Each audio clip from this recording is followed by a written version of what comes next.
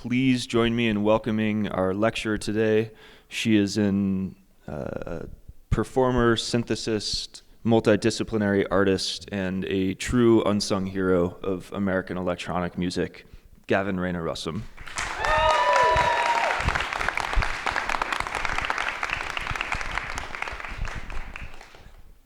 I started things off with a song that we were listening to just now. It's called Love Song Number 1, and it's under your Black Meteoric Star alias.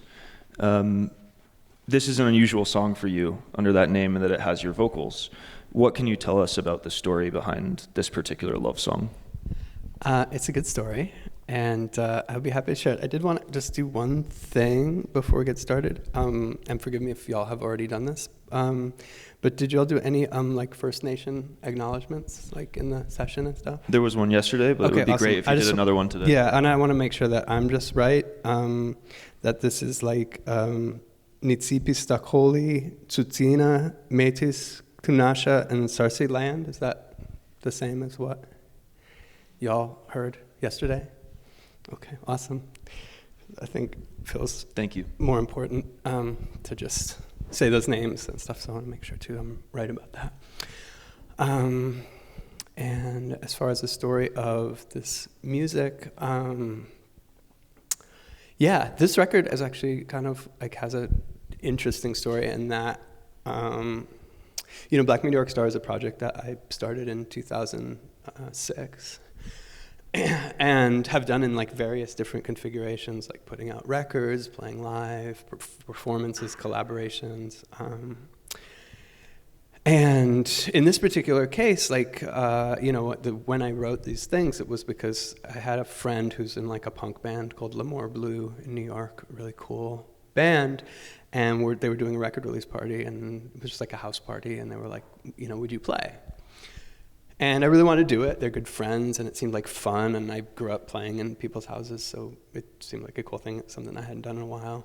But I didn't want to bring a ton of gear, and I wanted to do something really quick. And so, I just got I basically went through my studio and picked like the two smallest things. I picked the smallest things I could find, and tried to make some songs with them. And these, and then I just went and did these songs at this at this house party. And my favorite moment of that was like, at some point I was like, when I do this particular performance, I usually have a costume and stuff. And I usually wear sunglasses when I play, so I can't see anything at all. And at somebody's house, and at some point I accidentally stepped on the power strip that was powering just the PA, not the equipment. And it was just one of those performance moments where suddenly I was like, oh, that's what happened. And then kept a count in my head, which I think is just from DJing, and turned the power right back on, on the one. So suddenly everything dropped out and then came back in, and nobody realized it had been because the whole PA had turned off and back on again.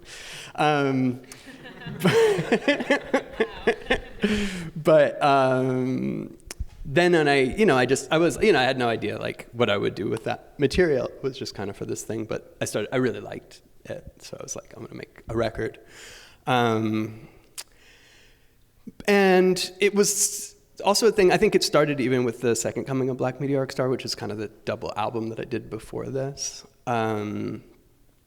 That when I would do this project live, I would do a lot of vocalizing.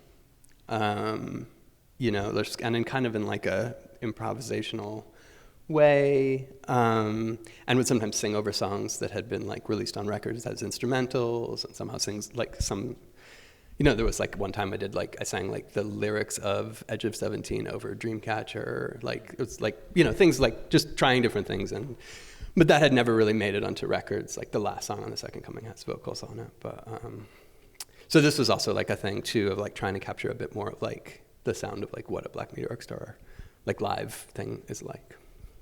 And I think this record in particular, and one of the reasons I wanted to play it all the way through is whether under Black Meteoric Star or not, it represents a lot of what I associate with your solo productions and electronic music, of things that are very hypnotic and propulsive, but also have very unique timbral worlds. And I was curious if you could share what your earliest entree into these sounds were when you were growing up in Rhode Island, and how you sort of came to this type of electronic music. Yeah, well, I think from a bunch of different angles. I mean, just in terms of like, like sort of like beat-driven electronic music that sat in the like, let's say like 117 to 127 BPM world. It was kind of around in a lot of forms. So even in Providence, and yeah, I mean, what year would this have been? 1988, maybe 1987. I mean, I think like probably I started having those experiences of like hungering for music that wasn't easily available when I was kind of like 12 or 13. I mean, even earlier. I mean, I just was that kind of person. I was always just kind of like, I mean, maybe it's just being contrary, or maybe it's kind of like an eagerness, but it was like when I remember like when all the kids were like listening to Rick Springfield, I was like listening to oldies radio because I just was like hungry for something that came from a different place or something.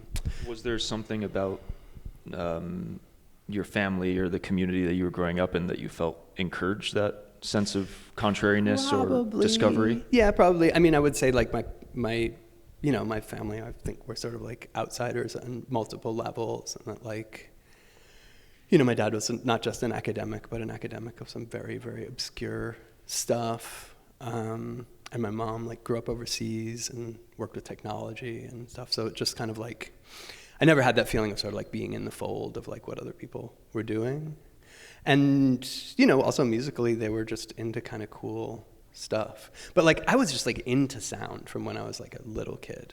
Like when I was even like a little tiny kid, I was like begging my parents to buy me like bagpipe records because I like got super into bagpipes because there was something just like compelling about that sound, which wasn't just the sound. Like it connected with me for like the whole idea of like Scottish mythology and like, and I had one of those little like plastic organs that a lot of kids do, and like my favorite thing would be like it has like the keys and then the chord buttons, and just hold all the chord buttons down together for like as long as my hand would take it. So the love of drone came in. Yeah, it's early. Yeah, it went like womb drone now. But as far as like the first time I heard, let's say, like some of the like dance floor oriented electronic music coming out of the Midwest and stuff was on late night radio in Providence. And Providence was like a very cool place, and I think partly because it was such a small city, it had this effect of all kinds of like cultures like really bumping up each other, like in a way that I've lived in New York for a long time. It's actually much more than what you experience in New York. Like it was really wild how there was like all this overlapping all the time. Well, not even overlapping, just everybody kind of like jammed in together. And I think so that mix of kind of like urban life with like art school life and like there being a college there, and it just created a really cool environment. And so there were lots of like, there was lots of like great late night radio stations. And I mean, I'm not sure this was the moment, but I definitely like, there was some moment where I was like 14 and in the back of somebody's van, and it was way later than I should have been out, and like, the radio was on, and just being like, what is this? Like, what is this music? And hearing like a pretty wide array of things, like some things that were like, coming from the Midwest, some things that were coming from Europe, some things that were more like on the industrial side, like, but hearing music that was made by machines and just being like, what is this? And the thing that most grabbed me was like acid house. And just being like, I've got to like make this, I've got to like get involved with this. And I mean, it was also like in a very, I was 14. Like it was also in like a very childish kind of way too, of like not really knowing where it was coming from and what it was or how it was made, but just being like, whatever this is, I want to know more about it. So how does a 14-year-old in Providence go about making acid house? Well, I went over to my cousin's house, who lived a block away, and we were about the same age. And his dad was a computer programmer, so I think he had a bit more of a relationship to like technology. And him and his older sister were both classical musicians. They took music lessons and stuff, which I did too, but I didn't have the, like his dad was a computer programmer and his mom was a piano teacher. So like that kind of like made this sort of, there was like a better environment for music and technology over there. My house was more like, I don't know, Tolkien. So he had some, even when we were kids, he had some gear. He had like an Alesis HR-16 drum machine, and he had a 4-track. And we both had reel-to-reels, which was like a big thing because like our parents had them, I guess from the 70s. And he did also like a Seal synth, I think. He had some gear, and then he also had this friend who I think maybe had a bit more money, who had like this little electronic music studio in his basement, like built around kind of a Commodore 64 and 4-track and stuff. Do you remember the first Acid House record you actually had? No. That I had? That you bought as opposed to hearing on the radio? Yeah, like the first record that I had was this compilation called House Hallucinates. That's like a British compilation of stuff from Chicago. And the track that I really remember from that, I had it on a cassette, but now I bought it on vinyl like 15 years ago. But the track that I really remember from that time was Liddell Townsell as Acid Turns, mostly because of like the vocal. It's just like, I was like, what world, where is the world where this is what is happening? Because he's just going like, flail. Like, and it's like a beat and it's not even like 303, that track. It's like a strange synth pattern. And he's like saying his own, he's like, I think the lyrics to that are flail, Liddell. And I was just like, what is the world where you go and like, that's what's happening. I want to go to that world. I want to be in that world. And so, when we started our like Acid House crew that was called the Acid Barons, and we made t-shirts by like... Good name. Yeah, thanks. By like cutting out manila folders that our parents had around for like files, like making stencils and like spray painting, like Acid Barons t-shirts. With, like, do you still have any of those shirts? I wish. We made a tape. There's just a tape. I don't know. I don't have Probably it. going for like $1,000 on Discogs somewhere. Yeah, or...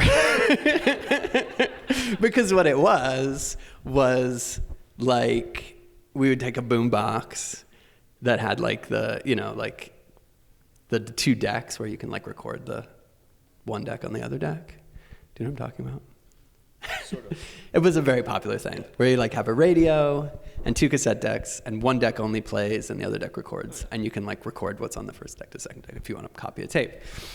And so, I kind of figured out this technique that you can make a loop by putting record and pause on the second deck, and then like playing the first one right before the loop you want, unpausing when the loop comes, and pausing again, and then doing that over and over again. Pause tape mixes. Yeah.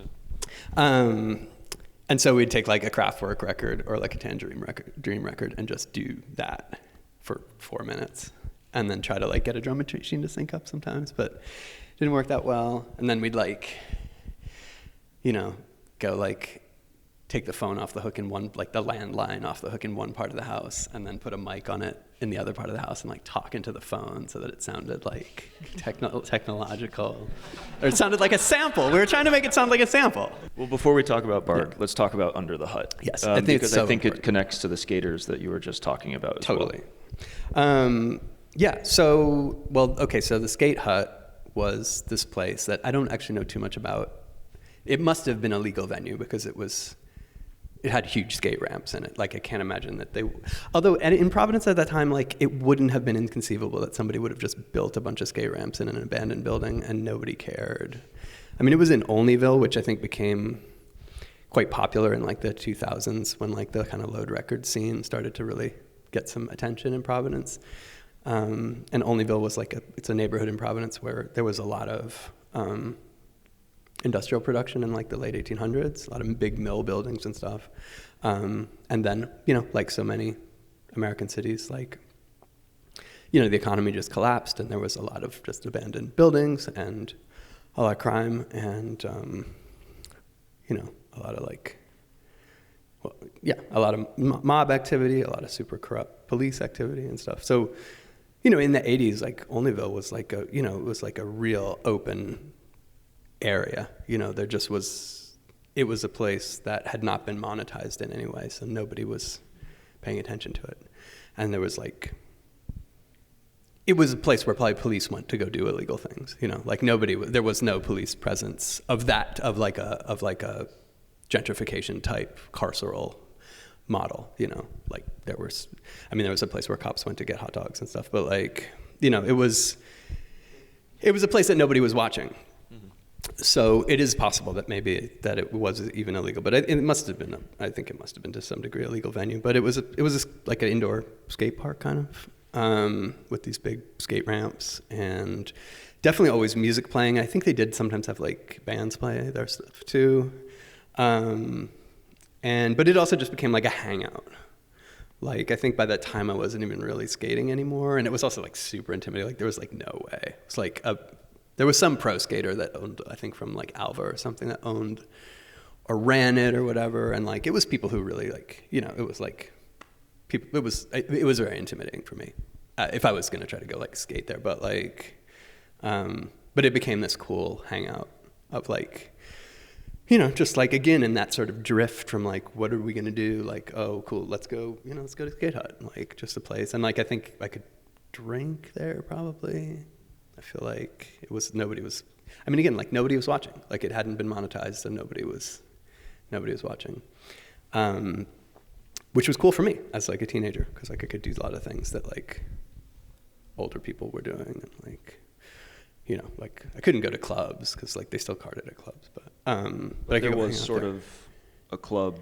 Not a club, but there was something that was a part of this. Yeah, it was like a scene. It was open late at night, and there was always people there. And it was like one of those things where, like, you know, if you went there with 2 people, like, you'd meet 10 more and, like, hang out. And it was in an industrial building in Olneyville. And at some point, I wish I could remember who it was. I can't. But somebody figured out that there was this basement, and it was empty, and nobody was doing anything with it. And whoever owned the Skate Hut was leasing the building. So they're just like, let's start a club in the basement. And it became, I mean, I know there was a person who was in charge, sort of, or a group of people, and I can't remember who they were, but like, it did seem like it kind of naturally grew out of like just the scene of people that were hanging out there, and became, I think, kind of collectively run. And while I certainly wouldn't say like I was actually part of running it, I felt like I was involved with that. I watched it happen. I knew it, you know, and like my band played there, like my punk band played there, and like opened for cool bands from out of town. And I mean, like the first, I remember the first show there were like all these rocks, because like they had like been doing construction in the building, so it was just like these piles of rocks. And it's like people sitting on piles of rocks watching punk bands play, and like, you know, and it really became a thing where like, you know, it very quickly took off, and like at least every weekend, if not more, there were like punk shows there. And like I could go, you know, like I could go, nobody carded me, there was no security, like, and that was really compelling, to feel a part of that. And, you know, I think a lot of like, it was sort of around the same time that the kind of ABC No Rio scene was happening in New York. So like a lot of those bands were coming and also bringing that energy of like, activism, and like a lot of anarchists, a lot of radical politics, and a lot of like thinking about the punk scene in a context of like radical politics, like not just as music, not just as like a fun way to like get all your aggressions out, but like a genuine testing ground for like new social models, and a place where we could like talk about things, you know. And that felt like an ethos that has really stuck with you. Definitely. Since. Yeah, for sure. Yeah, I mean, that became my context in a lot of ways, is this idea that like music is part of a social whole, in which like people are able to connect in meaningful ways and like develop new ideas about how to live. And so that happened while simultaneously that experience was happening. I was also sort of like, You know, it's one of those things where I don't really know. I was a teenager. I was failing out of school. I was cutting school all the time. I was doing drugs. I was hanging out with like super shady people. I was getting bullied and not bullied. I was getting like jumped and beaten up a lot. I was around a ton of violence. And I'm not sure how it happened, but basically there was a decision between myself and my parents that I was going to go to this art school where my cousin had actually gone. And because I think I had taken cello lessons as a kid and like studied classical music, but I'd never been that good at it, to be honest, and it had never grabbed me. And so visual arts became the thing that I was going to go study there, and I was accepted. And it's just like an interesting thing. So it's like simultaneously while I was having this like pretty profound experience of like, getting into the Providence scene and experiencing the depths of it, I was also sort of like preparing to leave. And this was like before college, so it was like the last 2 years of high school. So I moved out of Providence in 1990 when I was 16. And I think that has a lot to do with kind of like what you were starting to ask of like, how did it shift from being hanging out, listening to late night radio, going to punk clubs, hanging out on the street, to like, thinking seriously about music and composition and art in an academic way. And what was that like, sort of combining those environments? It's like pretty kind of a head fuck that I'm still unraveling. I mean, it's like kind of now became, I think, my life's work is to like try to, at least for myself, but I think also in the world, like negotiate those dynamics in meaningful ways. Because like it's not about intelligence or, a lot of it is class, I think, and like it's not like people in academia are really smart and like street kids are really dumb. Like in my experience, in a lot of ways, like honestly, quite often it was like the opposite. Like, a lot of kids that I grew up with, like some of whom were like were like sex workers and stuff, like some of whom were like in and out of mental institutions, were like very deep thinkers and like really had like powerful, meaningful ideas about creativity and about the world. And like, I mean, one of the things, and it's like my dad's an academic. It's not like I discovered academia when I went to college. Like I was certainly aware of it. But, I also found like people talked a lot of shit. And so it was like I found myself, I was very frustrated. I mean, I would say my educational experience was one of like tremendous frustration. I mean, the arts were obviously like exciting and dynamic, and like having the experience of sort of like studying painting without any real formal background, studying musical composition without any really formal background, coming in at a level where I was so insistent on my own aesthetic concerns, and also was like kind of like old enough too, like a little too old to be like shaped.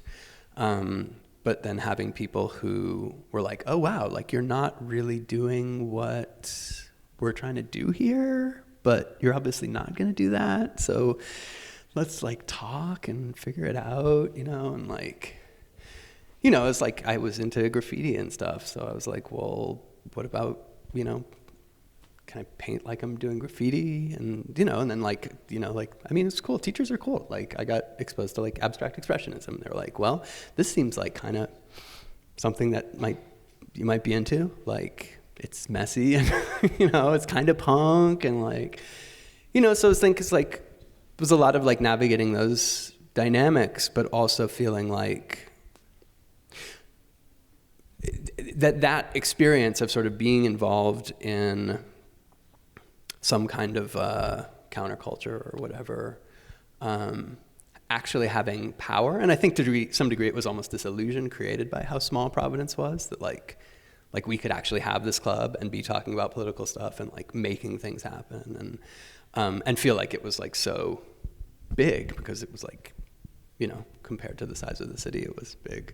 So there's a lot of things, and I think like, I mean, that's such an interesting thing. Like, that's still stuff that I'm unpacking. But what it kind of crystallized around was that I began to be exposed to what I found to be really interesting ideas, particularly radical ideas about structure, and how through the creative arts, it was possible to reimagine structures, reimagine musical and creative structures, but then by extension of that, to reimagine like political structures and social structures, and that like by diving deeply into not just the creative arts, but the theory around the creative arts, like one could start to shape, really radical models of how society could change, and how human beings could interact with each other and all of that stuff. And that kind of bumping into this thing that felt so important about like, yes, but this has to be like a real thing. Like, this can't just be like some people in a room talking about this. Like, it has to actually penetrate into people's actual lives. How does it do that? Like, one of the ways for me was by connecting it with like spirituality, feeling like, well, there's some way in which like art is spiritual and spirituality is radical, and that kind of creating this constellation of meaning for me. But like, it was an intense thing. Like, my period of doing academic study it was not easy. It was really fraught. How did that academic study and this increasing reflection on spirituality manifest in the music that you were making at that time, and that you were starting to make as you moved out of Bard towards New York City? Because you moved to New York City in mid-90s? January of 97, yeah. Okay. How was this manifesting in the music that you were making at that time? Well, mostly, I mean, I think at Bard it manifested in me like really slowing down, like really starting to make very long compositions in which like not that much would happen. And starting to move from like an idea of improvising to like an idea of like composing in time, which is a really subtle difference. Can you describe I mean, the I think differences? for me, like, the main difference was in the depth of like listening. So that while I think of improvising as a kind of like, as a very like expressive act.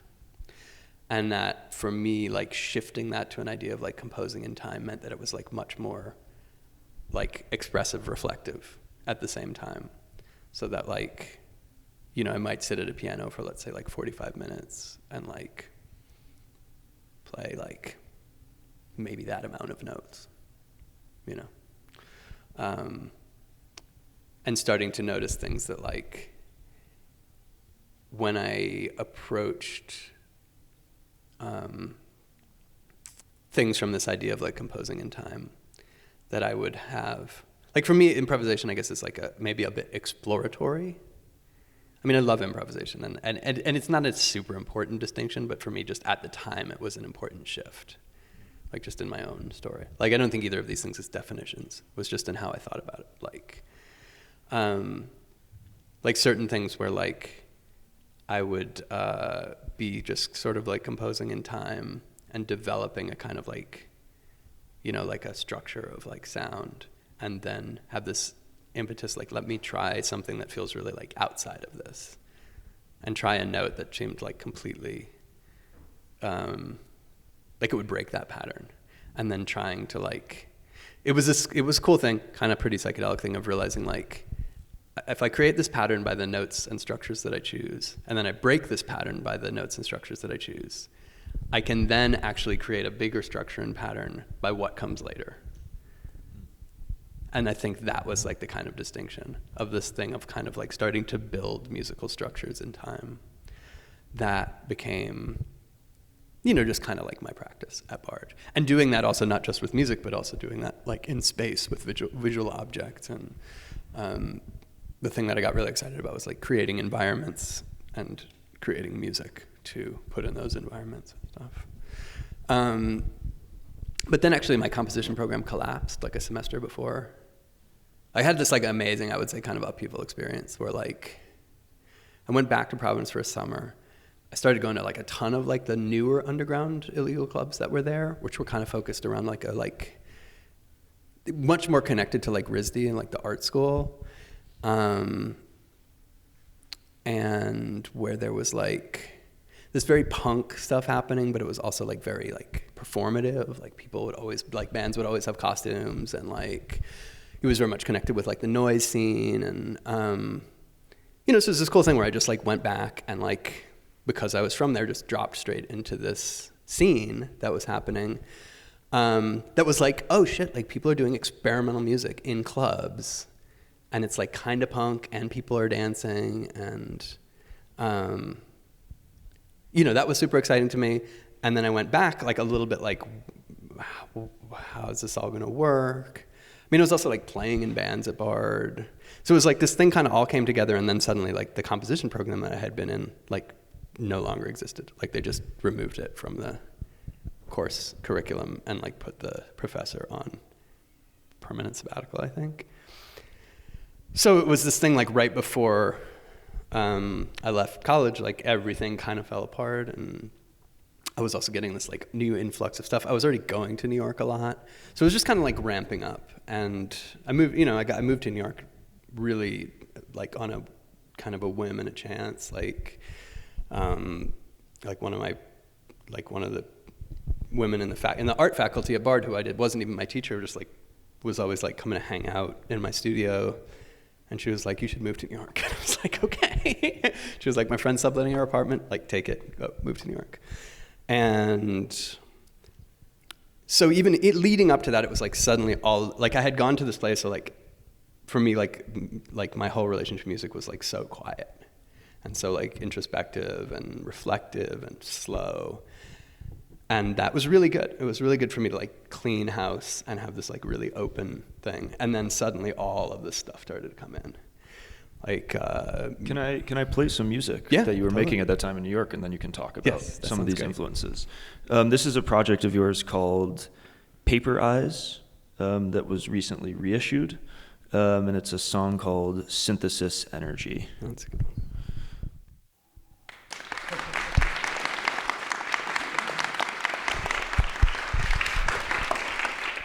So that was Paper Eyes, Synthesis Energy. And the reason why I wanted to play that is because in it, I feel like I hear so many different elements of the music that I assume you might have been listening to at this time in New York. You know, it's sort of funky, but there's the noise influence that you were just mentioning. You know, it sounds like something that, you know, dance music that someone would be playing at a noise event. Can you just talk a little bit about your time in New York in that era? It's obviously been spoken about a lot, but I think your perspective is really valuable in sort of reframing what it was actually like to be a working musician in the city at that time. Yeah, totally. Actually, and too, I just remembered too, like I wanted to read this quote from the person who I studied composition with at Bard, because I think it's a good lead-in of how like where I was coming from to where I was going. What's their name? Benjamin Boritz. And this is like, you know, I would say this is like a pretty typical indicator of like the stuff we talked about like every day in like 6 to 8 hour classes. Do I have to tell you about the spiritual cannibalism of the culture, our culture, which has been bombarding us with ultrasensory overstimulation, aiming to reprocess us into full-time consumption machines, stealing above all from us our time, not an inch of time without an imprint of message, and even our sense of time, to be measured in length of no more than one message unit each, under the guise of entertainment and even of art, commoditizing the eternal, hyping the primal. Our time is the sine qua non of our identity. We need to take extreme measures to reclaim it for ourselves and each other. Which is super radical, and I mean, it still really is like very resonant for me, that statement. But like, it's only gotten worse since he wrote that. He wrote that in the 80s. Yeah. You know, like, I mean, it's pretty also foreshadowing. So, and I mean, and I really like, that meant a lot to me. That idea, even that specific thing of like the way in which our time is stolen from us, and the way in which like music provides this opportunity, particularly music, any kind of creative structuring, but especially music, provides this opportunity to like reclaim one's time, and that is this very radical, like actually inherently political thing. Like if you are making music, you are working with time. Is that time your time, or is that time somebody else's time? But it's a very deep idea, and like, it's also a lot for a kid. I mean, I was not that, I was like in my early 20s, and like, so that's what I was coming from, and what I was going towards was like New York, where that's what goes on, like where everything is in a sense like in the marketplace. And so that was this kind of mindset of absorbing all these new things, like hearing all this like music and like hearing it because it was around me. Did this sense of like wanting to reclaim the time and what you were contributing to the time that people were spending, is that in any way connected to when you started to build your own synthesizers and sort of make a decision that not only were you going to make music, but you were going to make music on the terms of the things that you were constructing on your own? Yeah, and I think it was something that I didn't even realize was anomalous at the time, and maybe wasn't as anomalous at that time also. I think a lot of people were maybe also creating the means of the production of their music too, but because I was coming from this sort of idea of like, that to make, let me say. So I think one of the most important insights that I got from studying music at an academic level was this idea that like, there is no default of how like music goes. There's not any, there is no baseline of what music is. And I think mostly that traces back to this woman, Susan McClary, who's like a theorist and musicologist, that like there are always social and political agendas embedded into every choice that manifests itself as music. So, and I think then what my, professor had added to that was like, as a composer, like one should then try as much as possible to start from scratch, because the degree to which one picks up where somebody else left off is the degree to which you're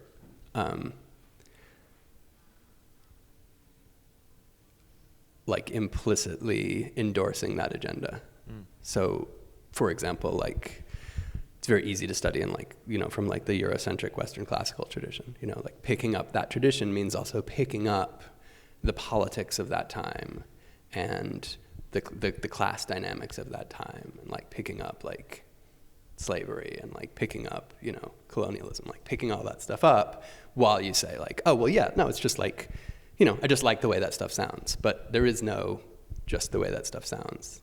At least that's the idea that was very meaningful to me. So, to some degree I felt like it was necessary to do as much starting from scratch as I could. And that meant not just creating music, but also creating like the methodology of the music that I was making. And like, for example, with those paperized things, with those tracks that like, I didn't just make that music, but I created all of the techniques by which I made that music. And like, yes, I had a cassette deck and I had a reel-to-reel, and obviously those are pieces of technology that exist for recording, but like the way that music is made was like something that I developed, by taking pieces of gear and using them in like unconventional ways, by using recording techniques that I developed because I wanted to create certain sounds, or because it was just necessity, like, oh, I want to make a multi-track recording, but I don't have a multi-track recorder, so I'll just play the old recording back into the room and record it while I'm playing the new thing live, and like, a lot of it was just what was available, but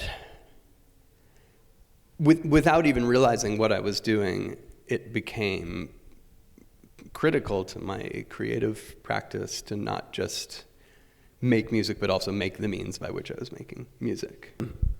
I couldn't get my hands on a synthesizer in any easy way. The easiest way was to like learn electronics engineering and learn how to build one. because I just had this feeling that it looked like a tool that would help me make the kind of sound that I felt like was the kind of sound I wanted to make, and like that sounded like it felt meaningful. And then also like, to like bring it back to where I think maybe when we started too, like I was going to a lot of different kinds of clubs and hearing a lot of different kinds of music for like dancing. And that was also like, that was part of that constellation of like, well, what's meaningful to me? What do I think is important? Like, what is the kind of culture I want to live in? What is the kind of world that I want to live in? How does the music I make reflect that? And there was something about that physicality of like, the way that when you're in a space with other people, especially if that space is like a marginal space of some kind, when there is music, especially music of a certain kind, these kind of social interactions are possible that wouldn't be possible in other circumstances.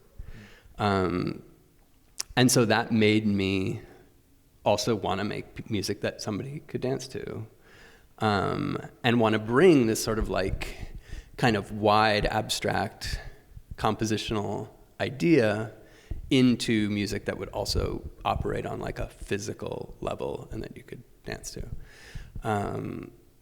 And so a lot of what was happening for me in New York was like going to all these different places, like going to some places that were more like, look, and then like I wasn't alone in that, like there were like rave type events where like that was kind of what was happening. And I mean, again, it was something I more observed than participated in, I would say, but like, I was going to all these places and soaking up all these different kinds of things and being in places where it was not clearly defined what kind of thing it was.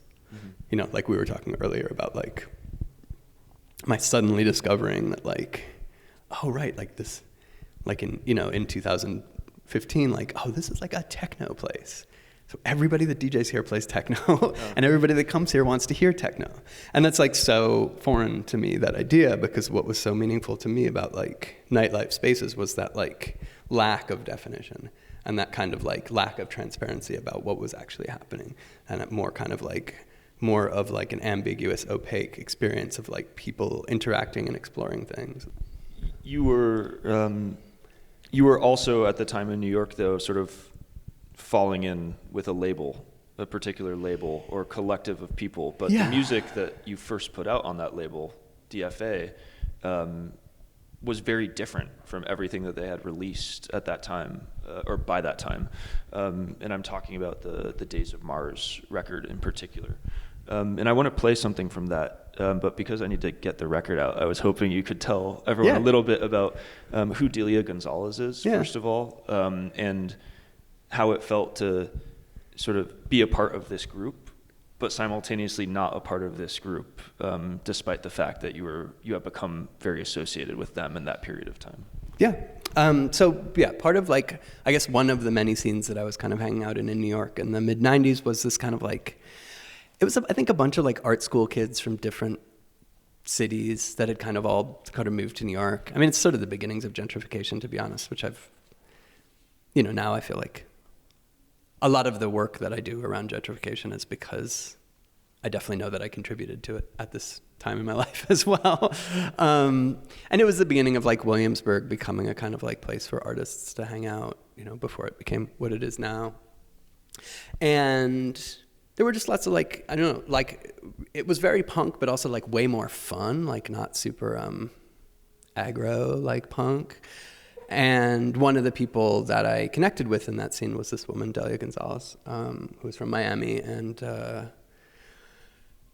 she was doing work that I just thought was really cool, and it was just like this fun, like kind of party scene of like doing parties in illegal venues, but like putting on, like people would put on plays and like puppet shows and like dance performances. Like Delia was in a dance company, and then later, like Black Leotard Front, this dance company that we had together, kind of grew out of that.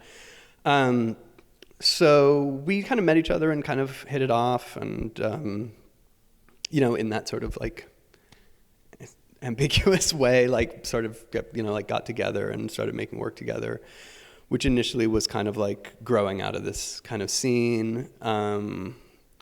at that time also the art world was kind of discovering that scene. So there was like a little bit of like an interesting overlap between kind of like the art world and this like more punk thing. And can we just be specific when you're saying that scene?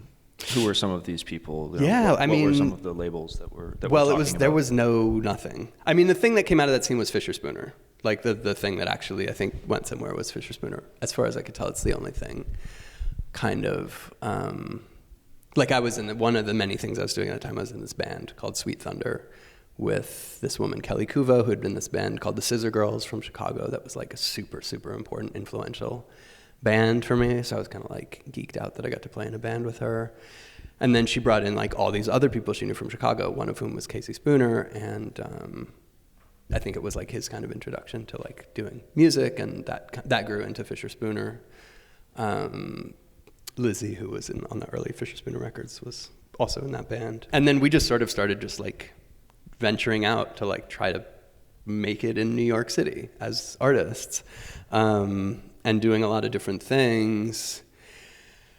And one of the things that we started doing was making electronic music together with the synths that I had built. And I was like classic New York, like broke artist. Like I didn't have, like I was like, what am I going to do? And, I got this job. I mean, like the whole long story of that. I'm happy to tell if you want, but I've told it many times of how I got hired at DFA. But long story short, you emailed a bunch of labels saying that you could fix synths. Yeah, and James Murphy was the only one that responded. The only one that wrote back, like 3 minutes after I sent out the email too.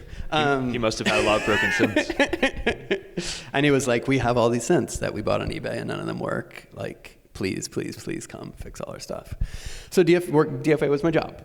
I got hired to be like the studio tech at DFA. I also built, also a lot of that was building stuff, like where there would be like, I mean, the first thing I ever got hired at DFA to do was James was like, so it was 2002, I think. It was like, I made this track and it kind of seems like it's catching on, and I didn't ever intend to actually play live with this project, but like it looks like we're gonna have to play this song live, and I don't know how to do it because it just was made by this like crappy old Casio boombox thing.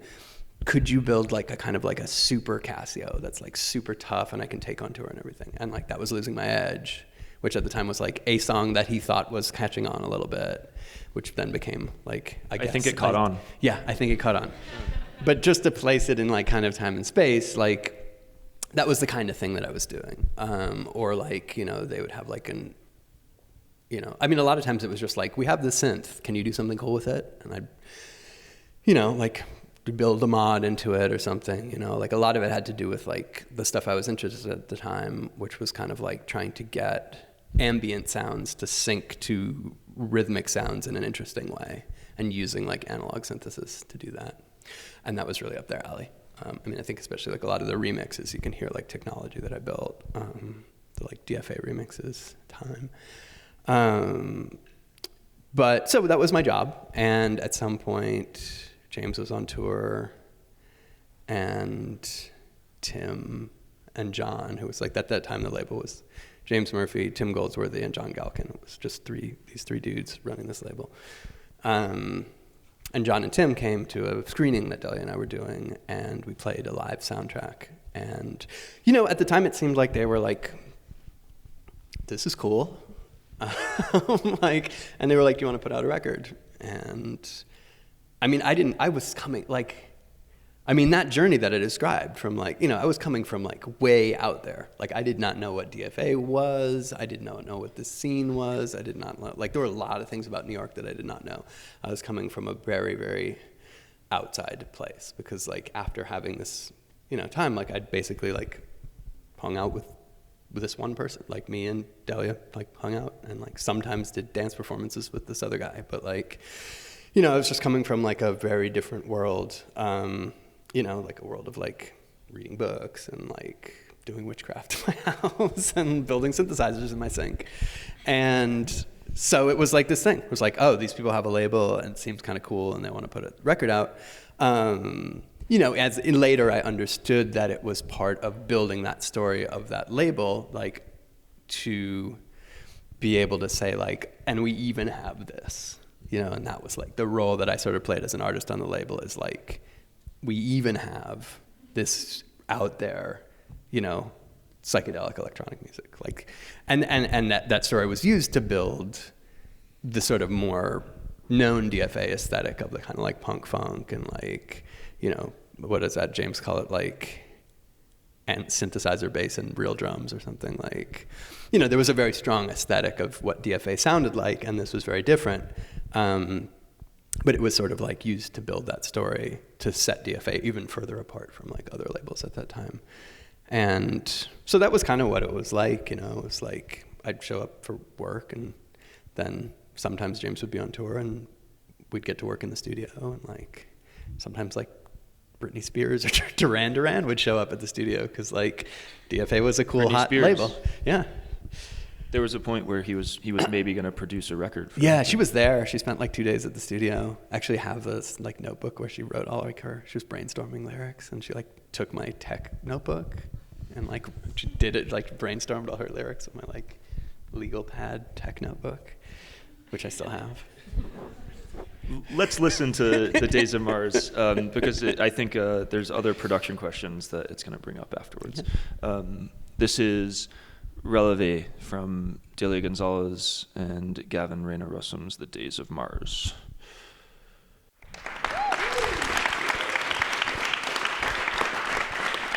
How long is it? I think it's worth mentioning too. That's what, like 14 minutes long. 13. No, it's almost like 17 minutes long. I think if we had a full hour just to play this album, I really would. That was Rise. I think there's an interesting point to make about this album, that the song we were originally going to play, Releve, is also sort of like a 13-minute, 14-minute Cosmicia track that then took on this entirely new second life when Carl Craig remixed it, and it became a very, very popular dance floor track. It's on a Sven Vath compilation CD, and they played it at Love Parade. So you know it's the year huge. it came out, so just... But I think... the interesting thing to me about sort of tracking that relationship is seeing how this was an album that you've mentioned DFA was using as sort of like, you know, we don't just do this sort of punky dance thing, we're doing this sort of serious out there music. And then it then crossed the boundary into becoming sort of like a fun club thing. And I'm curious to hear your take in general about how you think your music nowadays is sort of traversing this more serious/fun boundary, and in general how you can as a musician transcend that sort of you know, or thinking and make it be more about and thinking. Like it can be fun and serious and not fun or serious. I just thought this would be an interesting jumping off point to talk about that a bit. Yeah, absolutely, for sure. And I mean, that dynamic was certainly in play even at this time. And you know, when this came out, I mean, I didn't realize it at the time how radical it was in a way, to have this thing of like, it's a 2 LP, double LP, with 4 songs on it. And each one of them is around 15 minutes long. And it came out on a label that at that time was pretty much famous for like House of Jealous Lovers by The Rapture and Losing My Edge by LCD Soundsystem. So it was really like, what? But for me, I was kind of operating in this world where I had already been like, yeah, like I'm super serious about music, and I also really like going to clubs. And I think partly because like Tim Goldsworthy, who really worked a lot on this record, like I recently found like the demo tapes of this record, and it's wild to hear just like the difference from what me and Delia's demos were like versus like what happened, which I think had a lot to do with Tim. But he was like British, and he was from that scene, so we kind of talked about acid house a lot. And so it was in the process of working on this record too that I kind of like, you know, remembered and reawakened my sort of teenage interest, love of like that music, and started like getting some records that I didn't have. And pretty much also like I started, when I DJ'd, like I just started just playing acid house all the time kind of. So, and, you know, like at that time also, like, I think because of our interest in dance, like Delia and also Chris and like some visual artists that we hang out with, we're going to Uptown, we were going to Harlem, and we were going to Vogue balls, and like that's still the best. I mean, I don't know. It's like I don't even want to. It's so complex the way that culture has been appropriated in the last, I don't know, 10 years.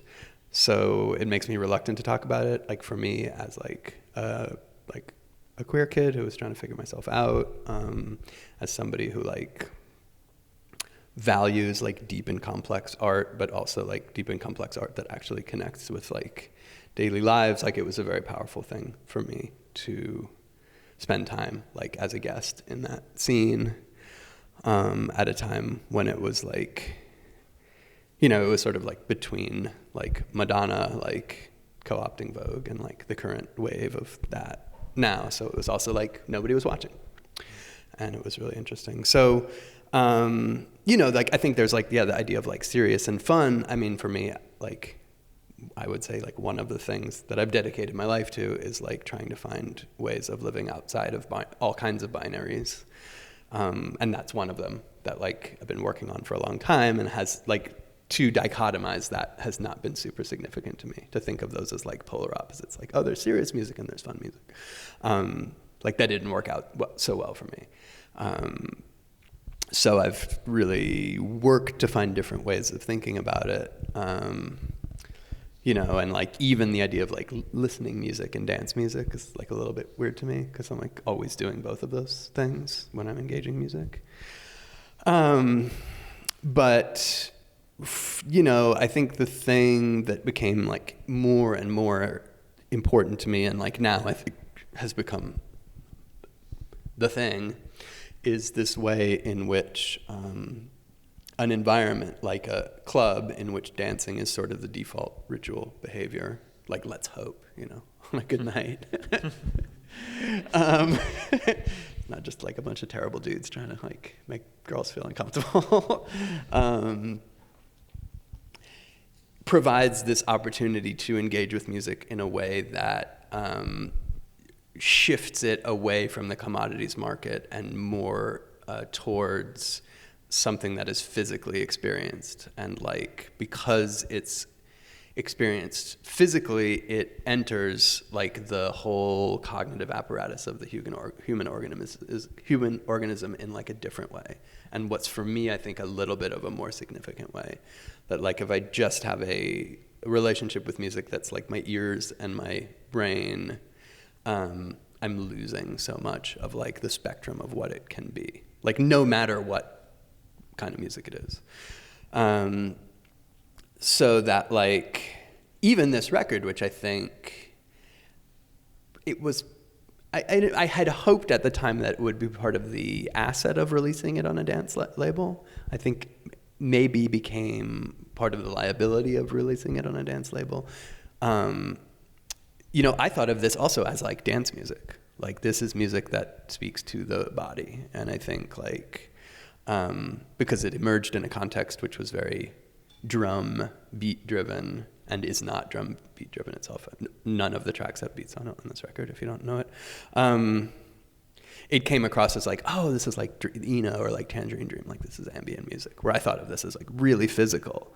And I think that it in fact set it very broadly apart from things like Eno or Tangerine Dream and stuff. And like, also like, it was like feminist music, like very intentionally, you know, and like, you know, coming from a really different place than this sort of like what I think of like as a kind of male-dominated history of like electronic music. Like, what's your definition of feminist music? I think that feminism is too broad to be defined, but when I have to, I always go back to a quote from Angela Davis in a lecture that she gave called Abolition and Feminism, where she talks about feminism as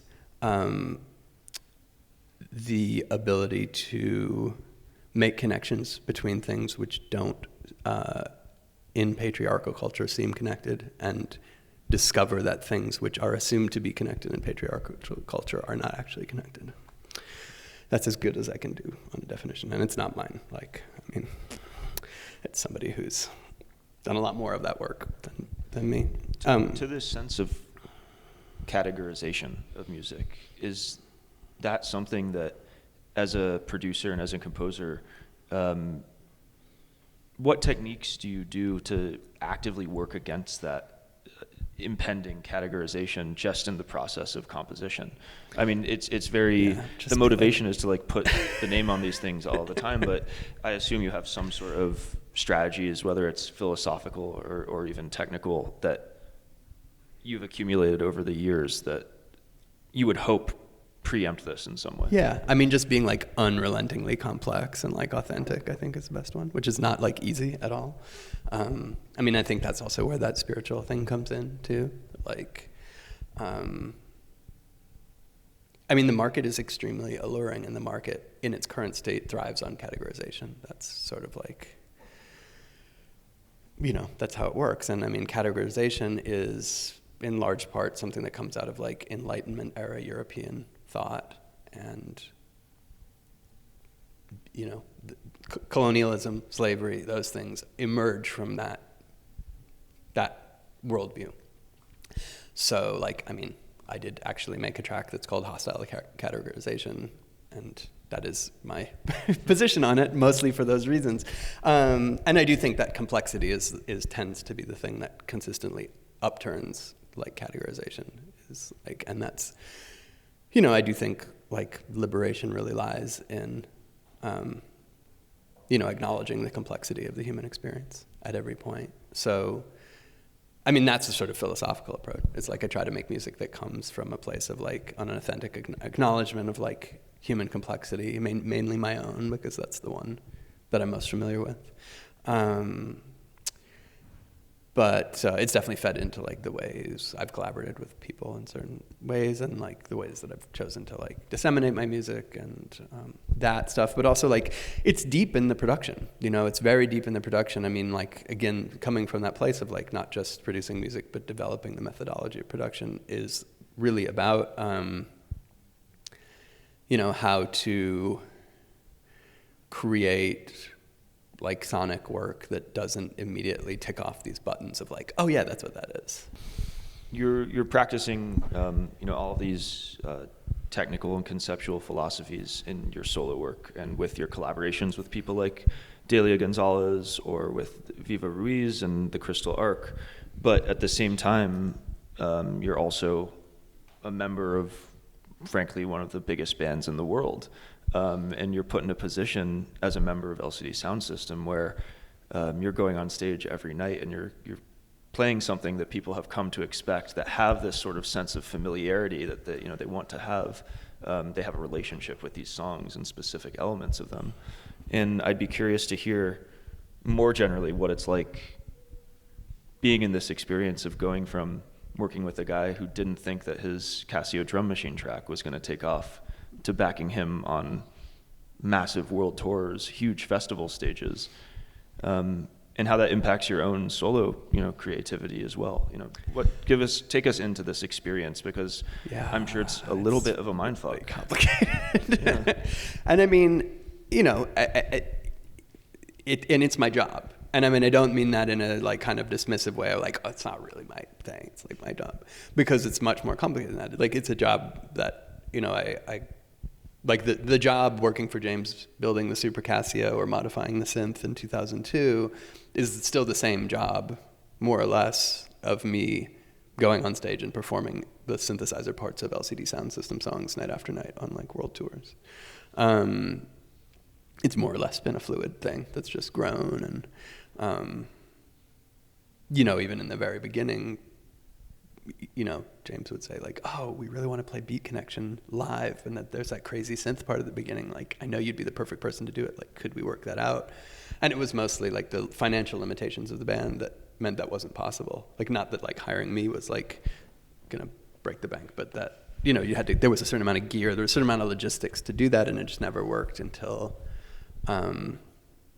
James was getting ready to make like This Is Happening, and I think there was enough there's enough support behind that he felt like he could do this thing, which I think was something that he'd always wanted to do, which was like hire me to actually play in the band. You also have songwriting credits on This Is Happening. I do, but in these like totally weird ways. Like, I have songwriting credit on Drunk Girls, which, like, of the songs on that record, you know, I think anybody would be like, she was like, what is that? I have songwriting credit on Drunk Girls and One Touch. The One Touch is a vocal. Like I do backing vocals on that. And Drunk Girls is like that song, really different than I think almost any LCD Soundsystem song, like came out of like some musicians actually jamming in a room. Because, you know, most of LCD is James by himself, you know, creating those songs and the backing track. You know, it's like it's him making that. But I didn't think Drunk Girls was a song that he had, but like, you know, definitely, I don't know if he played drums on it when we did it live. Maybe that was still already recorded, but it was like definitely like me and Tyler Pope, the bassist, and Al Doyle, the guitarist, like in a studio room playing. And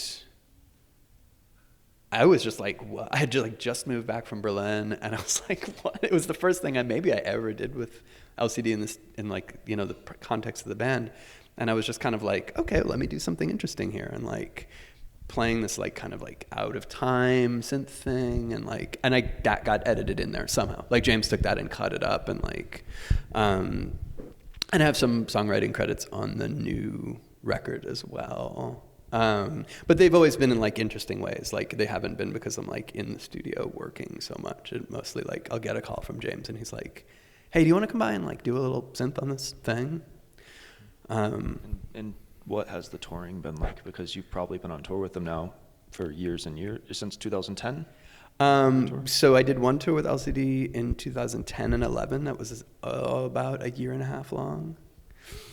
And then I did another tour for American Dream that was like started in 2016, January of 2016, and ended in June of 2018. Like 2.5 years on the road, which is really unusual, especially nowadays. But I think there was so much excitement that the band had gotten back together that we toured for 1 whole year with no record out.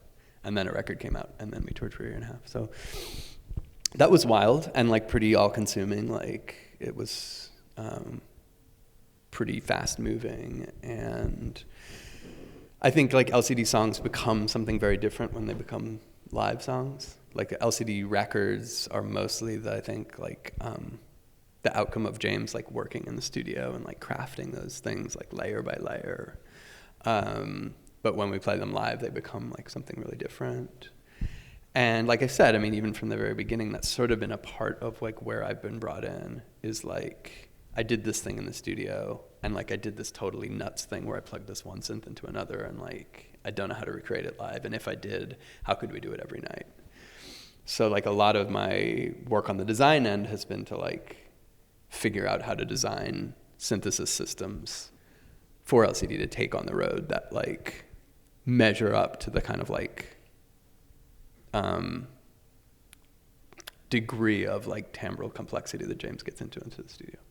In brief, what are some of those comprised of? Well, I think the main thing that happened, so in 2010, kind of again like one of the first things, the James uses like the EMS synthy in the studio like all the time, like constantly, and it's super unstable. And even back in like 2002, one of the first jobs I got hired for was he was like, "Can you stabilize this thing? It's like so all over the place." And so I like rebuilt the power supply and stuff like that. But then to go on the road, he was like, "Well, how are we going to do this? Like all the songs are sort of centered around this one synth, and we can't take it on the road. It's too unpredictable." So I was just doing a lot of researching and sourcing, and that was kind of like the beginning of Eurorack stuff. So like, you know, I found like there's like Analog Systems, I think. There's so many different synthesizer companies that are like Analog something with an S. So I think it's Analog Systems, not like Analog Solutions or any of the other ones, but I think it's Analog Systems. There was like a British company that did all of this like Eurorack EMS synthy modules. So that was kind of the beginning of that. Of like, oh, okay, like.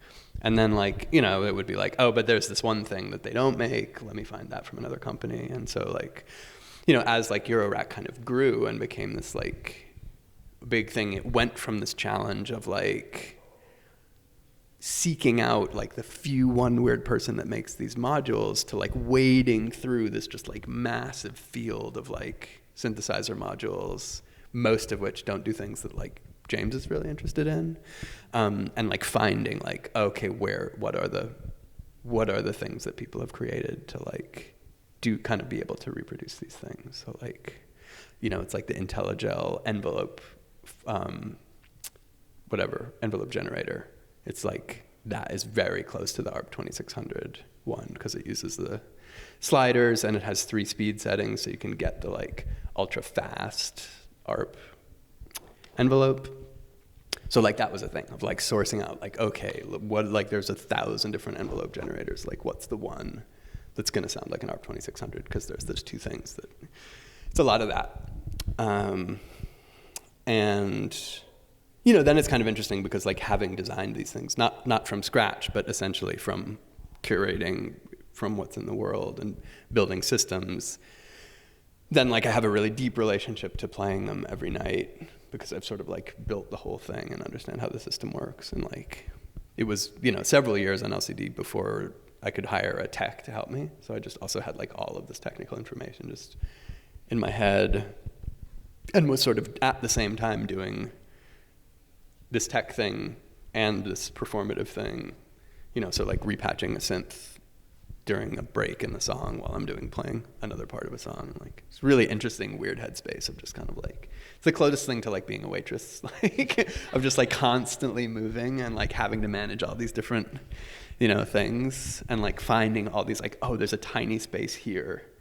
Like there's this one song where I play like, you know, I play on this like microKORG over here, but there's a break in that one song, and during that part I can go over there and then repatch the modular so that when the next song comes, that thing's set up. And like, you know, so this very, you know, sustained kind of like constant attention to like, oh, I can do this, like, you know.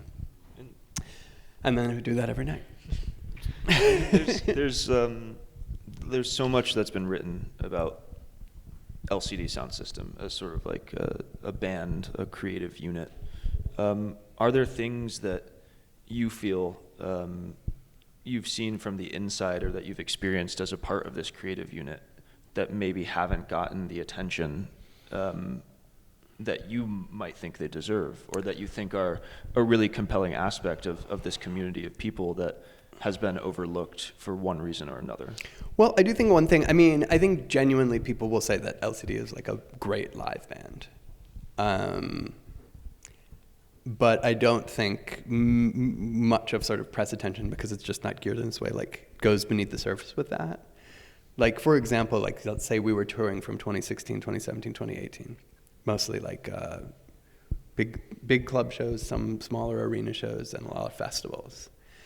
And like, if you look at the lineups of those festivals, if you look at the like who was going to play that club the next day, you know, if you look at the sort of like bandwidth that LCD was in of sort of like, you know, like successful bands, every single other one of those bands would be running their live show off a laptop, with most of it just recording backing tracks. You know, like the live show of essentially any other band operating at that level would mostly be like their CD turned up really loud. Like if you know, like, you know, with like maybe some live guitar over it, like live vocals, but also the vocals recorded. Like, it's just how people do things. Mm-hmm. And like LCD is 0 track. There's no track, there's no laptop. The closest it gets is there's like an MPC with a couple of drum beats, because it's just not possible to carry like the 15 different vintage drum machines that were used in the studio. And I mean, that is like a pretty remarkable thing, that like there's 0 track. In the band? It's, well, on stage it's always 6, and then there's 2 swings. Okay. And then there's obviously a huge tech crew, and like we're sometimes like 50 deep on tour, 3 buses, 3 trucks. It's a huge production. And I mean, I think it's also like to James's and the band's credit that like it doesn't feel like that. Like it's, oh, whenever I tell people that they're surprised. Like they kind of still think it's like the 6 of us in a van, just like pulling out the synth and like, but it's like a huge production, you know, and it's like, you know, it's like working with like management and production designers that like, you know, then we'll go work with Beyonce or with Gaga or whatever. Like, you know, like it's with people who work on a very high level in the music industry, but like it still feels like it's just some people playing some songs really loud. But that thing of it having like it's like there's a piano on stage. There's like a CP70, but it's like a real piano. You know, I have like 5 different analog synths that I'm playing. Almost everybody else has multiple analog synths. Like there's 2 other modular systems.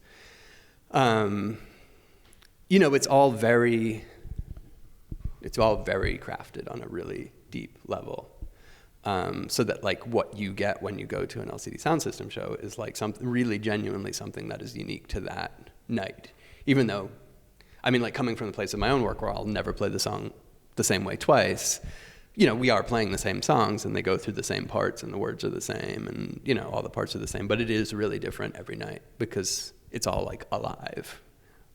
Whereas like, I mean, and it's not to disparage people who do it in different ways, but like, you know, it is just the sort of like standard practice that like most bands that operate on a certain level of like touring and success will run most of it from Ableton, like behind the scenes. So it does, I mean, that's a really special thing that I haven't seen that many people talk about. Whether it's LCD Soundsystem or the Crystal Arc or your work with Delia Gonzalez or with Peter Gordon and all of these other, you know, collaborations that you've done over the years, how do you get yourself in a space where you feel like you can sort of dissolve your own biases in favor of like the group's better interests? Like what? I'm happy you see me that way. Well, no, I'm not saying it's you know you specific, but I think with collaboration in general, you know, people come in with different goals and preconceived notions, and I'm curious just how you navigate that as a working musician for the last 20 years who has made a lot of solo work, but also done a lot of collaboration. Yeah, I mean, it was interesting because when I was reviewing like those questions you sent me, I think like in the one about collaboration, like you listed like many more than I think the average person would list. And I was like, wow, that is a lot of people. And like, I've also collaborated with each of those people in really different ways. And, you know, I don't know, like, it's such an interesting thing about art and ego and interpersonal relations. Like, I do know, like, I was in this, like, it's funny that we didn't talk about it because it's such a big part of my musical development, but like, you know, after I graduated from this arts high school and I moved back to Providence, I had this experience of like starting this kind of like improvisational psychedelic noise band with my cousin and some other people that I had been in like more of like a punk band with many years earlier. And, you know, it was my first experiences of like improvising. It was really my first experiences of like stepping outside of my preconceived ideas about music. You know, like instead of being like, I want to make acid house, like to being like, what happens if I hold the bass guitar in front of the amp for a while? And like, it really was this really fertile time to explore sound in a group setting. And it was really amazing for a while. It was like a really amazing thing where we would just sort of all get together. We didn't really know what we were doing. It was, you know, it was drums, bass, guitar, but then we had like an M1 keyboard. And like at that time, that was really like, it was weird. It like knocked it way out of the box of like what it was, you know? And then it turned into like a classic like band situation, you know, where like went in the studio and like sat there and mixed a record, and like the drummer was like, the drums aren't loud enough, and the guitar player was like, I can't hear my part, you know, like it just turned into like, I think what, you know, you see in a lot of like rock documentaries and stuff, and like, and I mean, I also like was in that as well, you know, and like, you know, I mean, my particular flavor was like, I want this to be more experimental, and like, but it became this like push-pull of like egos, and it really, that like made a big impression on me. Like that for me was like a really painful experience to have this thing go from like this really magical thing where I felt like I could, you know, like fluidly operate within a group, you know, maintain my own identity, but also feel it like, you know, be kind of like negotiated and exchange. Like it just seemed like this powerful, energetic thing to have that move to this like, well, I don't like that part, you know, like, and I think that was such an intense experience for me that like, I mean, first of all, it really drove me to like making solo work for a long time. But then it also meant that like, I tended to engage in collaborations, I think, in like a really thoughtful way, and to try to like just find different ways of like having interpersonal experiences with music. And I mean, like I said, like those things have been super different. Like you mentioned the collaboration with Tracks, you know, like, I mean, I've done some different stuff with Tracks, but like the like Psyche stuff that we did, like, you know, he like came to my studio and he was like, I have this idea. I want to like make these 2 covers of these Psyche tracks. And like, it took me a while to figure out what he was talking about. But finally I got it. It was like, oh, okay. Like, that's what we're going to do. Like, you want me to recreate the sounds that are on these Psyche records, and we're going to play together and we're going to recreate these tracks. I was like, that's cool. I get that. Like, we can totally do that. But, and, you know, and like Peter Gordon, like, was like, oh, I would like you to come play this 1973 Arthur Russell piece that's never been performed live, like, except for the 3 times that they did it in the 70s. You know, or James saying, like, I want you to do this, you know, then like the Crystal Arc, you know, was a case of me saying to this artist that I'd met, Viva Ruiz, like, hey, I made this music. I want somebody to do vocals on it. I want those vocals to be in Spanish. You know, I want you to write, you know, something that's meaningful to you. So, I mean, so some of it is also like having some clear ideas about like what is the nature of the collaboration. I mean, my collaboration with Delia, I think, was like, you know, the opposite. It was a total melding and mushing of things, and like, it was interesting because like, we don't actually have that much in common. So when we did that kind of coming together thing, it was like, you know, it created this really interesting thing, I think. But like, I don't know, you know, I mean, it's definitely a complex thing. Collaboration is really complex. It just like, I think like other things, it's been helpful for me to like not take things for granted about it, and like not just be like, oh yeah, well, everybody knows like this is how you collaborate, but to really think about it and take it apart a bit and be like, okay, well, if we're collaborating, like, what does that really mean? And like, what is the nature of that collaboration? Like, what am I bringing? What are you bringing? Or do we want to like, and like, how is that going to happen? Like, are we going to spend some time just like making music together? Or am I going to like send you some tracks and have you do something and send them back? Or like, you know, so like, I think it becomes that thing too of like trying to pull away the layers of assumptions about how it just has to go, and get a little bit more active about like, okay, we're doing something together. You know, just like if you're like in a relationship with somebody, like, you know, the only real rules are the rules that you come up with. Like, yes, you can go into it and be like, no, I know what it means. Like, this is what it means to be in a relationship. But those are like assumptions. Whereas if you actually have those conversations, it makes it a little, you know, it just pulls those layers apart a little bit. There was a particular quote. You released the second coming of Black Meteoric Star in 2015, 16? I think it was 16 by the time 16. It came out. That also was a long time between when it was finished and when it came out. But. And it was Second Coming, with Second Coming spelled with 2 X's instead of an S and a C. And there was a quote that I want to, you previously described it as territories of self-discovery that accompanied the making of the Second Coming, which was a really resonant quote for me at the time when it came out. And then it felt like it became even more resonant at the point in 2017 where you decided to publicly identify as a trans woman for the first time.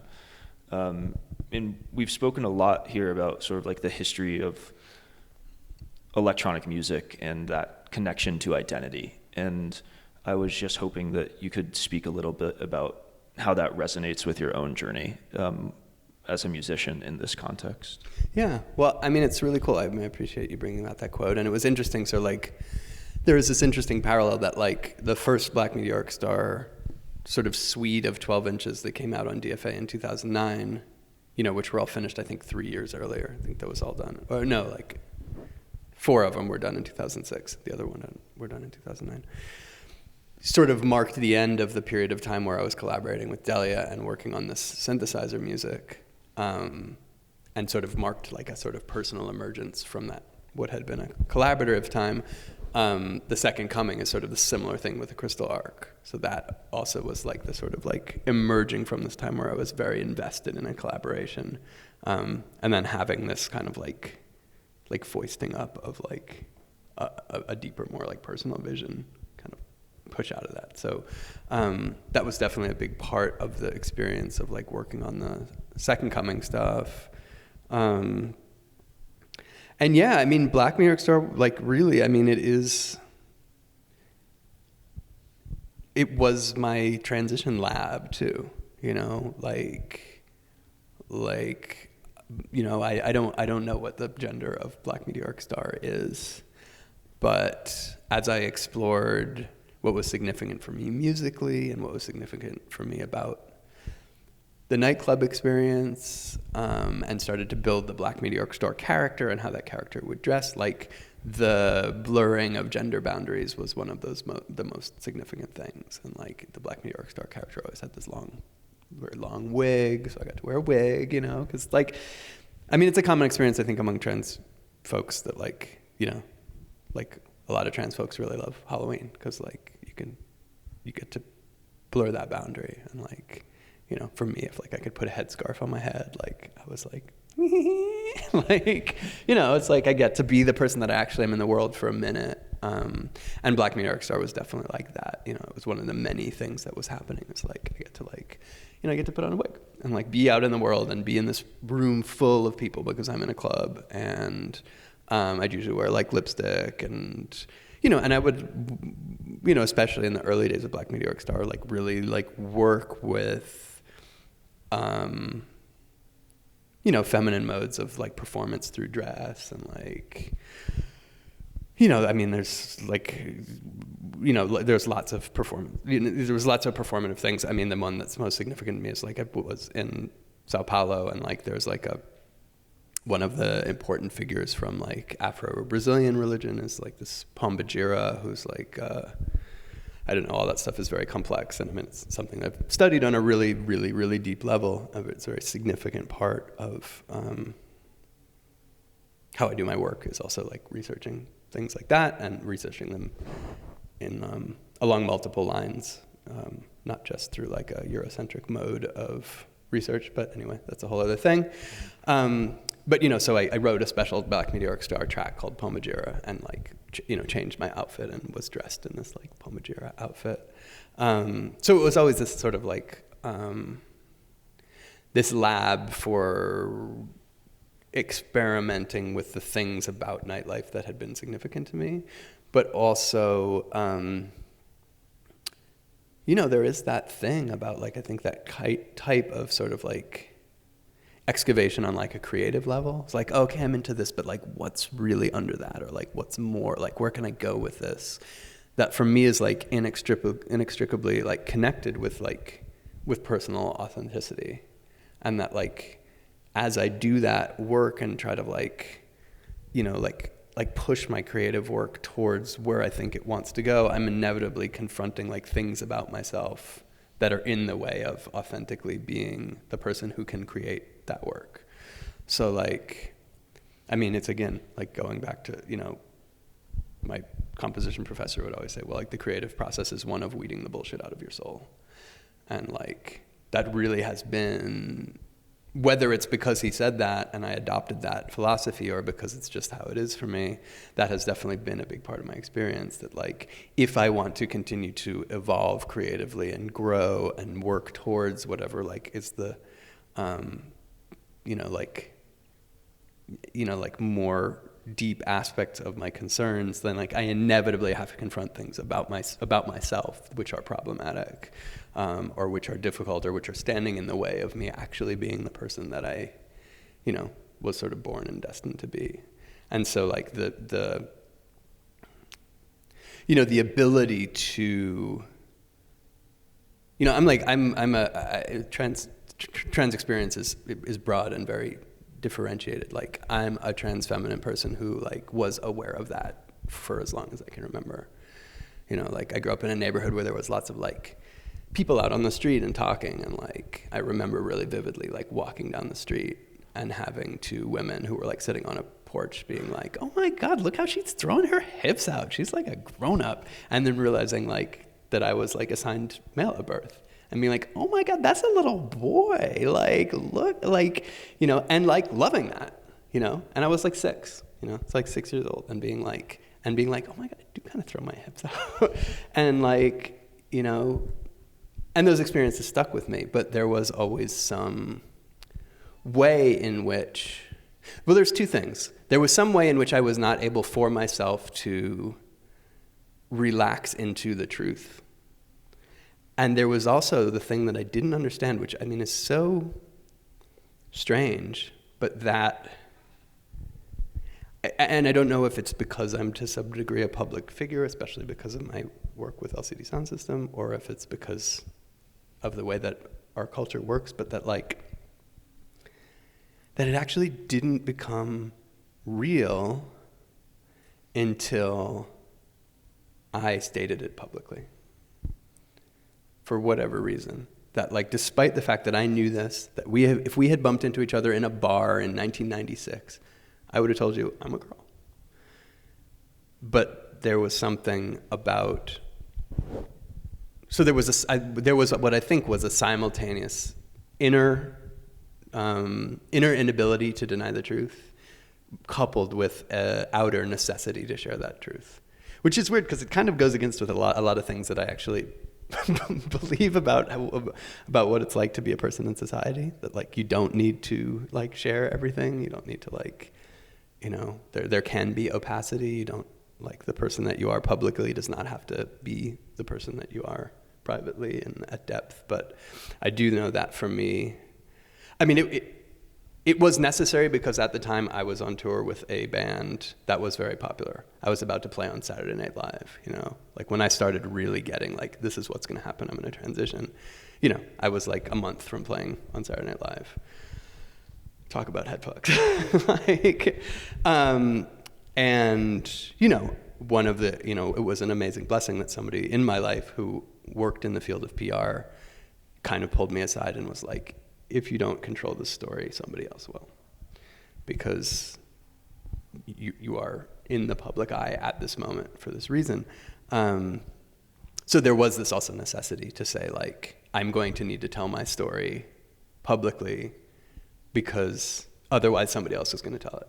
And as a person whose story has been told incorrectly so many times, that was a major moment of being able to say, like, no, actually, it's not what, you know, it's not your idea of what this is. This is what this is. And that did have a powerful inner corollary of like, and that experience of then like going on tour for another 18 months and every single night, like being in front of a bunch of people, being like, you know, like what, like how am I going to work this out? You know, what am I going to wear? You know, like, even though it's at the time seemed like this was so hard. And I mean, I just was like, I slept a lot, you know, I like played shows and slept basically. But, you know, in retrospect, in a way, it also almost kind of made it easier because it's like, I couldn't like let my fears control me. You know, it was like my job and I had to show up for my job. And I guess I could have been like, sorry guys, I'm not going to do this. I mean, and in the beginning I was like, maybe I'll just put off transitioning till I'm done with this tour. And I mean, I remember like, you know, I mean, I've been in therapy for like 20 years probably. And like my therapist being like, I don't think that's an option. And being like, yeah, you know, it's true. It wasn't an option. Like it really had to happen the way it happened. But, you know, definitely that kind of complex interplay between like the public and the private was and continues to be something that is like worth unpacking and thinking about, and it's changed. It has also changed the way I think about a lot of things, I think, too. I mean, visibility is obviously a very complex issue for trans folks, and traditionally I think we've been either like invisible or hypervisible, but have not had the ability to just like be people in the world, being ourselves, which is, you know, I think the experience of other folks who have marginalized experience as well. But, you know, that that is something that I do feel, you know, like I do feel, and has been like interesting to negotiate. And I do feel like, you know, like what this whole bunch of things we've talked about today, like this whole complex of different experiences and different influences and being around different people and hearing different things like that, as well as many other things, has like given me different like tools. And like, you know, initially like creativity was sort of like my only tool. Like I was a kid who like grabbed onto like, you know, creativity like for dear life, because it was like the only thing that made sense to me. And you know, at a certain point I found like I had to really find other tools too. Like that creativity was amazing, but it wasn't capable of doing everything that I was demanding from it. But it still is an incredibly important part of that process because of its ability to